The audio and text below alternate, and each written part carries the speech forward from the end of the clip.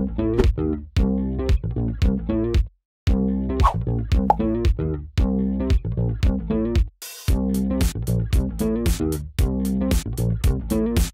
à tous, c'est Carl et bienvenue sur ma chaîne Codalea. Je vous retrouve aujourd'hui pour faire avec vous le point sur mes lectures de la fin du mois de janvier et le mois de février. Et vous allez voir, en fait, je pense que ça va être une vidéo assez courte. En effet, cette fin de mois de janvier et le mois de février a rimé avec moi, en fait, avec assez peu de lectures. J'ai quand même des bouquins dont je vais vous parler. Mais vous allez voir, il n'y en a pas non plus des masses.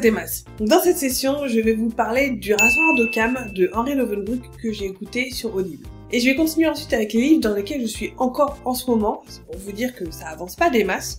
Donc je vais vous parler très brièvement de ma lecture donc en cours de Fils des Brumes de Brandon Sanderson, et également ma lecture en cours de Green Lady d'A.F. et ça c'est aux éditions YBO. Alors je vais commencer par vous présenter ce livre, donc il s'agit du Rasoir d'Occam d'Henry Lovenbroek et vous pouvez trouver ça chez Flammarion ou, comme moi, vous pouvez aussi le trouver en livre audio chez Audible. Alors, le Rasoir d'Occam, qu'est-ce que c'est? Il s'agit en fait d'un thriller ésotérique, je pense qu'on peut le mettre dans cette catégorie-là, donc qui a été écrit par Henry Lovenbroek, que moi je connais depuis quand même pas mal de temps, depuis le début des années 2000, puisque ça a été en fait le premier auteur que j'ai vu au Salon du Livre de Paris à l'époque où Brajlon d'ailleurs commençait ses nouvelles éditions, j'avais commencé à lire La Moira et ensuite Gallica, et j'avais suivi donc cet auteur quand il a fait donc un détour par les thrillers ésotériques. Je crois que j'ai déjà parlé de ça dans une précédente vidéo.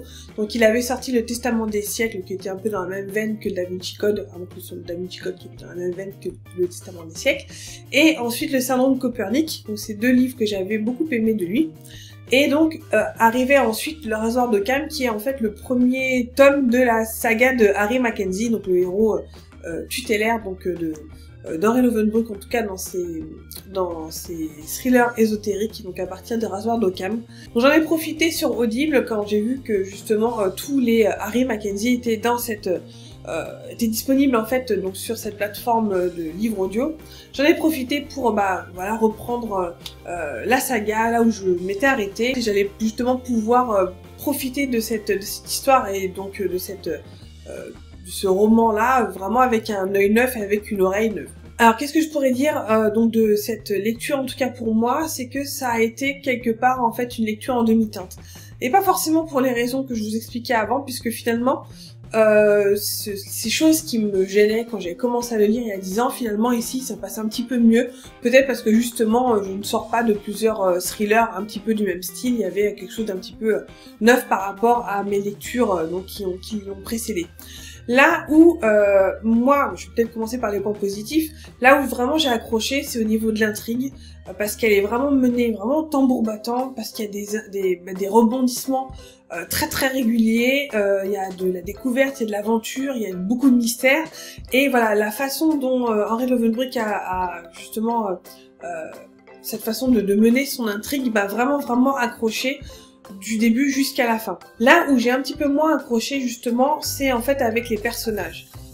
Je dois dire que j'espérais que ça s'améliore en fait au fur et à mesure de la lecture, mais j'ai pas du tout accroché avec Harry Mackenzie et je pense avec aucun des personnages du roman. Je sais pas pourquoi, vraiment la rencontre s'est pas du tout faite. Harry Mackenzie m'a pas parlé, Lola non plus, sa petite amie, et même leurs préoccupations n'ont pas forcément parlé, ce qui fait que j'ai suivi cette lecture-là plus pour l'intrigue que pour les personnages. Alors après, comme je sais que ce sont des personnages récurrents qu'on va aller voir revenir dans les autres livres qui suivent après, je suis quand même curieuse de savoir comment est-ce qu'ils vont peut-être évoluer, est-ce qu'ils vont peut-être s'améliorer, en tout cas à mes yeux. Je ne sais pas, mais en tout cas, je compte bien lire la suite. Peut-être pas tout de suite parce qu'il faut que je digère déjà celui-ci. Mais voilà, je suis quand même curieuse de voir un petit peu comment ces personnages vont évoluer et surtout comment l'auteur va justement nous pondre de nouvelles intrigues et de nouveaux mystères. C'est presque ça qui m'intéresse plus que finalement de retrouver les personnages. Voilà, après, je pense que ces livres-là avaient quand même eu pas mal de succès à l'époque. Même encore aujourd'hui, de toute façon, il a fait une série, c'est que, a priori, c'est que ça marche plutôt pas trop mal. Donc voilà, je pense que tout le monde peut trouver son compte. Moi j'avoue qu'après au niveau des personnages, ça a pas trop été ça. Maintenant je vais passer sur mes lectures qui sont en cours. Je vous avais parlé donc dans la vidéo précédente, donc je commençais Fils des Brumes de Brandon Sanderson, dont j'avais énormément entendu parler, dont je suivais et je suis encore le podcast sur l'écriture Writing Excuses. Et pour moi, Brandon Sanderson, c'était vraiment une voix, en tout cas dans la fantasy et dans l'écriture en général, une voix qui porte et qui a vraiment des choses à m'apprendre en tout cas. Et j'avais vraiment hâte de découvrir cette saga-là, puisque c'est vraiment une saga assez emblématique de l'œuvre de Brandon Sanderson. Là où je vous parle, je crois j'ai dépassé le tiers à peu près. Alors c'est une énorme pavasse, parce que moi je le lis en livre audio, n'importe quoi, en livre numérique, et il fait déjà 600 pages en livre numérique, c'est-à-dire que c'est quand même un gros pavé. À mon avis, en format poche, je dois faire dans les 800-900 pages. Alors pour l'instant, je vous dis tout de suite, c'est mon avis un petit peu en cours de route, à chaud, en sachant ça peut très bien évoluer par la suite, et que voilà, je m'arrête pas là-dessus, c'est juste mon avis là pour l'instant à un temps T, pour vous parler un petit peu de comment ça se passe en ce moment. Alors le début de ma lecture a été vraiment enthousiaste, parce que c'était un nouvel univers, de nouveaux personnages, un nouvel auteur que je découvrais. Donc voilà, il y avait tout ça un petit peu à découvrir et à sentir, et c'était vraiment agréable de découvrir un nouvel auteur, de nouveaux personnages, etc. Donc le début c'est vraiment fait, je me suis rentrée dedans assez rapidement, d'autant que, en tout cas au début, Brandon Sanderson maîtrise vraiment tout ce que j'aime, moi c'est de bons dialogues bien écrits, bien ciselés. Ça je trouve que c'était plutôt pas mal fait. L'univers aussi était très intéressant. Évidemment, la force de Brandon Sanderson, c'est vraiment le système de magie qui là est assez original, puisque on a de la manipulation magique entre guillemets de métaux. Donc en fonction du métal que vous ingérez, que vous manipulez, que vous brûlez, vous n'avez pas forcément les mêmes effets. Je vais pas en dire plus au niveau de l'intrigue. Là où justement ça m'a un petit peu plus calmé, et là où j'ai eu un petit peu plus de mal pour continuer à lire, en tout cas de façon plus régulière, je dirais. C'est que je suis arrivée à un moment dans ma lecture, donc dans l'intrigue, où donc l'héroïne découvre ses pouvoirs et s'amuse avec, et en fait il y a des descriptions par le menu, mais vraiment de tous les mouvements qu'elle fait, de tout ce qui se passe, etc., que du coup c'est devenu hyper technique et hyper lourd à lire.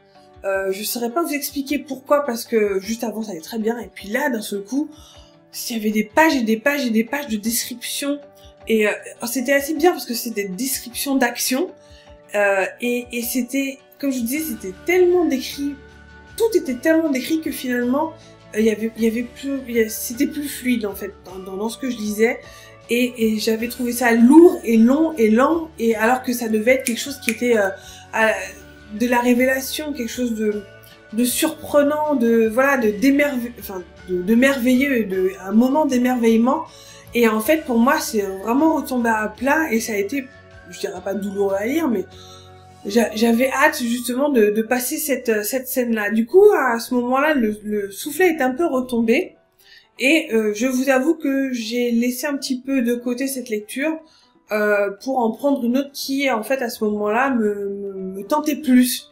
Alors, cette autre lecture dont je vous parle, je vous en ai déjà parlé, je vous renvoie éventuellement vers cette vidéo-là, que je pense que j'essaierai de vous mettre quelque part par là. En fait, c'est Les larmes noires du dragon de Lookie, que vous pouvez trouver dans une première première version sur Wattpad. Lookie est une très bonne amie à moi. Elle a écrit c'est de la light fantasy, que vous pouvez donc trouver sur Wattpad. C'est en fait un pastiche vraiment des tropes et des lieux communs de la fantasy young adulte et fantasy un peu mainstream. Ouais, c'est un petit peu amusé avec les codes pour vraiment les tourner en ridicule. Et en fait, j'ai eu la chance de lire la version corrigée et améliorée. En tout cas, la version corrigée de son roman. Et je vous avoue que justement, ce côté plus light, plus léger, plus rigolo aussi, je pense que c'était quelque chose dont j'avais peut-être vraiment envie de lire, en tout cas à ce moment-là, par rapport à Brandon Sanderson. Et là, je vous avoue que en ce moment, je picore un soir le Brandon Sanderson, putain, j'arrive à le dire. Donc un soir je picore Fils des Brumes, un soir je picore Les Larmes Noires du Dragon, et en fonction de mon humeur du soir, je pioche dans l'un ou l'autre. Si j'ai envie de lire quelque chose d'un peu plus sérieux, un peu plus sombre, ou alors un peu plus rigolo et un peu plus light. Donc voilà, j'oscille un petit peu en ce moment entre ces deux-là, et pour vous dire un ordre d'idée, c'est que Les Larmes Noires du Dragon fait à peu près le même nombre de pages que le Fils des Brumes, donc voilà, ce sont aussi de gros pavasses. Et puis voilà, et donc du coup, Les Larmes Noires du Dragon, donc c'est une relecture, puisque j'avais déjà lu en tout cas une partie de ce qu'elle a posté sur Wattpad, et là comme c'est une réécriture et les chapitres sont remaniés, il y a des choses qu'elle a virées, etc. Donc c'est presque une nouvelle lecture, même s'il y a des choses que je reconnais, des chapitres et des scènes que j'ai déjà lues en fait sur Wattpad. Et alors comme je fais rien comme tout le monde et que j'aime les difficultés, je me suis rajouté une autre lecture par-dessus, donc ces deux lectures-ci. Et donc, il s'agit de Green Lady d'AF que vous pouvez trouver chez YBY Édition. Alors, cette lecture est à la fois un partenariat donc avec YBY Édition, à la fois avec l'auteur, puisque c'est un auteur que je connais très bien, et en fait avec le texte que je connais aussi très bien, puisque en fait j'ai aidé l'auteur enfin j'étais bêta lectrice en fait sur cette histoire-là. Et pour tout vous dire, alors c'est totalement subjectif et totalement voilà, mais c'est une histoire donc que j'ai suivi au fur et à mesure de sa confection, et c'est un petit roman, une novella que j'aime beaucoup et dont je suis à la fois très fière et très contente qu'elle soit sortie justement dans l'édition et donc qu'elle soit accessible, qu'elle vous soit accessible maintenant. Alors Green Lady se passe dans un univers cyberpunk, donc on est dans un univers assez proche du nôtre, un peu plus sombre, où voilà, c'est un univers qui est pollué, etc. Et ensuite les aventures de Monica, qui est une jeune femme absolument lambda, mais qui donc vit dans ce monde un petit peu futuriste. Et c'est une femme qui a vraiment de gros problèmes de sociabilité, dans le sens où elle se mélange pas vraiment aux autres, mais elle ressent pas le besoin justement de se mêler aux autres, de se faire des amis, etc. Ça lui paraît pas forcément quelque chose de naturel, où elle a pas forcément envie en fait d'aller dans cette direction-là. Et la seule relation qu'elle entretient en fait, c'est avec son robot domotique.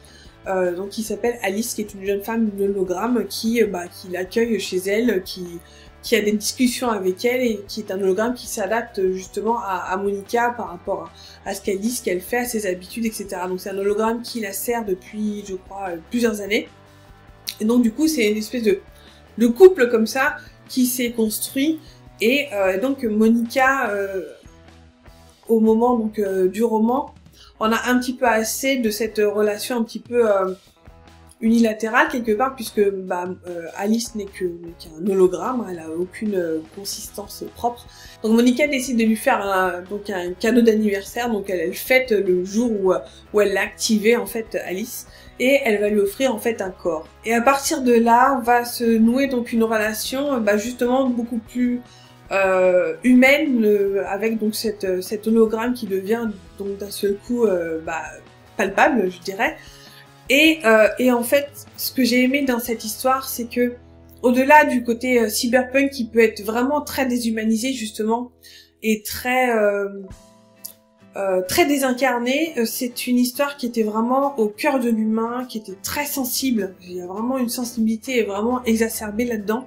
Et ça traite justement de thèmes, je trouve, de façon très subtile et très intelligente, comme la solitude, comme la sociabilité, comme aussi la sexualité ou une sexualité différente.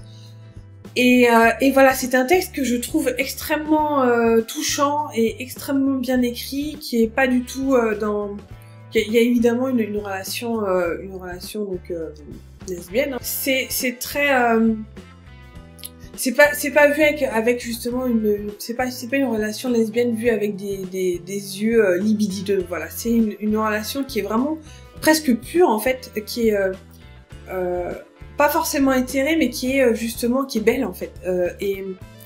Et je trouve que cette novella, elle est juste... Oh, je sais pas comment vous dire ça, mais elle est juste... pas parfaite, mais ouais, quasiment, quoi. C'est un beau texte qui est bien écrit, qui en appelle à des valeurs vraiment purement humaines. Je me suis sentie vraiment touchée dans mon humanité même, quoi. C'est peut-être de grands mots comme ça, mais c'est vraiment ce que j'ai ressenti en lisant cette novella. Et je suis vraiment extrêmement fière donc de mon amie qui l'a écrit. Et donc du coup qu'elle a été choisie pour être publiée, qu'elle vous soit du coup maintenant accessible.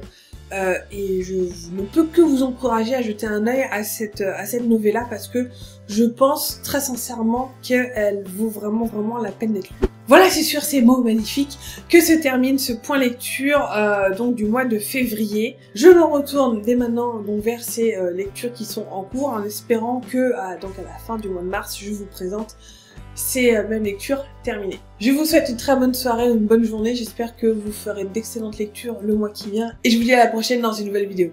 Ciao!